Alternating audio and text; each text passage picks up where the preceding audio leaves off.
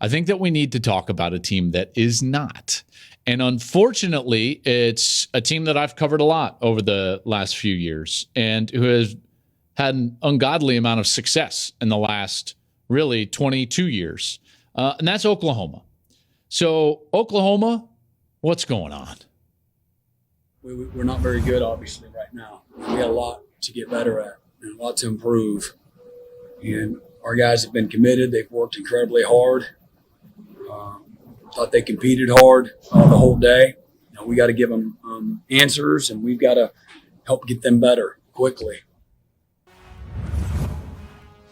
OU is not very good right now. You're absolutely right, Brent Venables. Listen, I'm not going to sit here and do this whole, dumb, hey, this is what I said in the preseason, even though it is, because I drank the Kool-Aid after their win against Nebraska. I sat on this show and talked about how good they were and how good defensively they looked that day. And if Jeff Lebby's offense with Dylan Gabriel was going to play that explosive, then hey, this team is a playoff caliber team. And then they rolled out there after that beat down of the Cornhuskers, and they got beat by Kansas State. And you could say to yourself, okay, Kansas State always plays Oklahoma tough, which they do. That's 3 wins, I believe, in the last 4.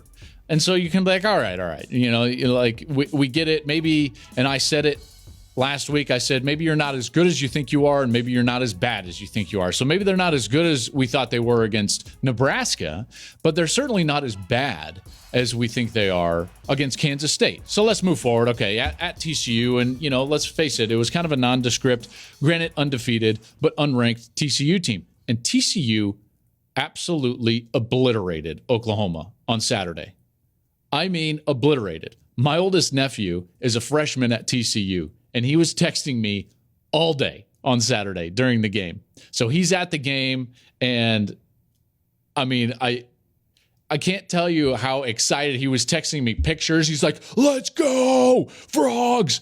And I'm telling you, man, they hammered Oklahoma. It wasn't particularly close. The defense for Oklahoma is on the struggle bus, folks. There is something wrong at Oklahoma. We need to address the fact that this is not going well. And it's not just a close game here or there in a deep league that went the opposite direction. There is something worse going on, and that is the fact that Brent Venables' strength and identity as a defensive coach is not showing up on the field.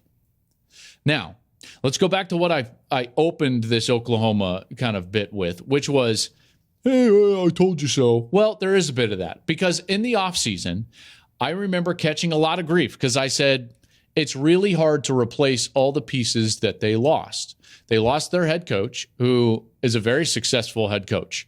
I know that you don't like him, Oklahoma fans, and that's fine. You don't have to.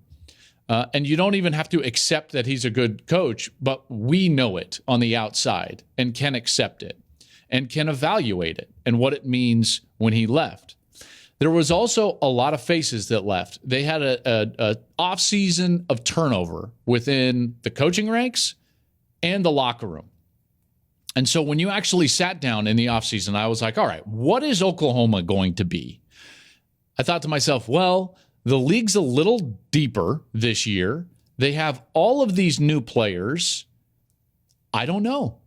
That was my big conclusion in the offseason. I don't know what Oklahoma is going to be.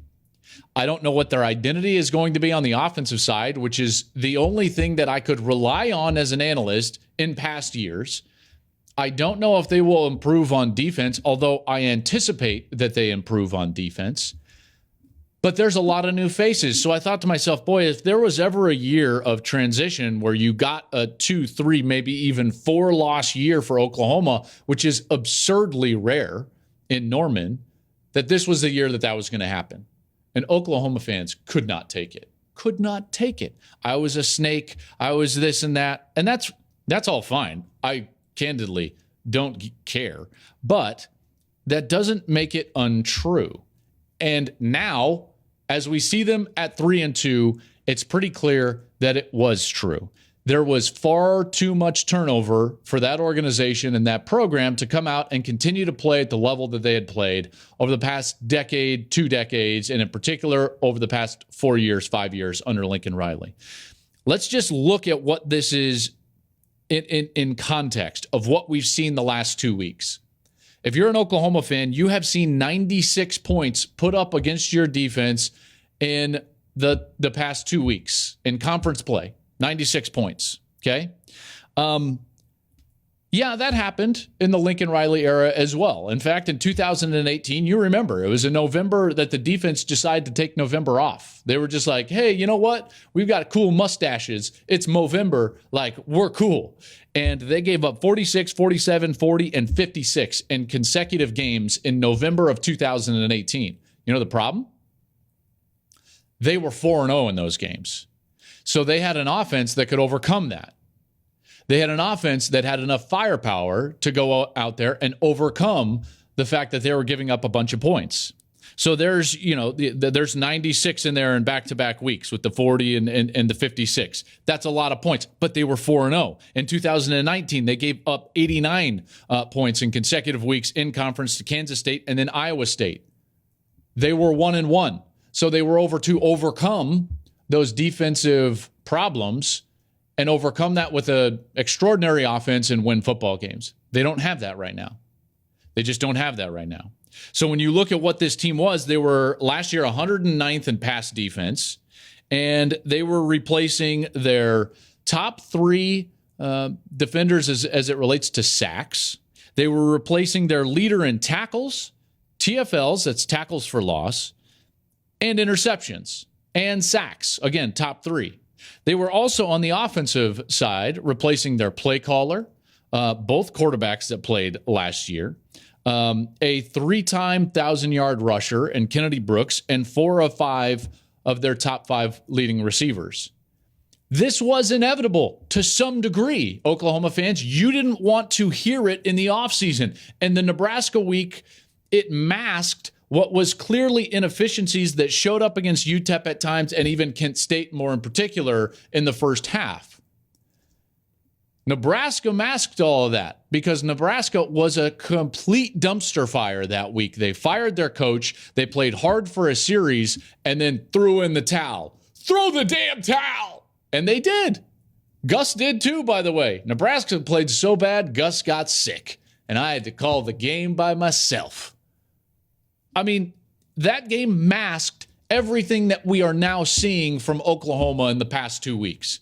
Now, a lot of credit has to go to Kansas State, clearly, and to TCU, clearly. More on that in a bit as we get to more of these teams and players that are putting themselves in position to make a run. But what's happening with OU? What we expected to happen with OU, to a degree. Do I expect them to give up 96 points in back-to-back weeks going forward? No, they should improve. There's no doubt. But in the offseason, you could see some of this coming. I know you didn't want to see it, Oklahoma fans, but the writing was on the wall. And you look at that schedule, they've got Red River this week, a game in which they'll be an underdog. They've got Kansas, which all of a sudden is not an easy game. They've got at Iowa State, which is one of the more difficult places to play in the Big 12. Baylor, the defending Big 12 champion, West Virginia, Oklahoma State, who's a top 10 team and undefeated, and then at Texas Tech. And we all know how difficult it is to play in Lubbock. Just ask the Longhorns. It's not out of the realm of possibility that we are going to get that 3, 4, maybe even 5 loss year for Oklahoma. I'm not going to go with 5, and I'm not even going to really go with 4 for sure, but it's definitely going to be 3, folks, and maybe that 4th along the way. It's the reality of where Oklahoma is right now. I'm not saying that is where they will be, but it is where they are. This is a great program and a prideful program, and they've got a lot of tradition, and there's only one Oklahoma, and that place is bigger than a head coach, but they lost more than just a head coach. And you could see some of this coming. The handwriting was on the wall, and that's what we're seeing as we're reading it in the last 2 weeks against Kansas State and against TCU. Hey, thanks for watching. If you enjoy that clip, make sure you click subscribe somewhere down here. From game highlights to exclusive interviews and rankings, we've got everything you need as a college football fan right here, College Football on Fox.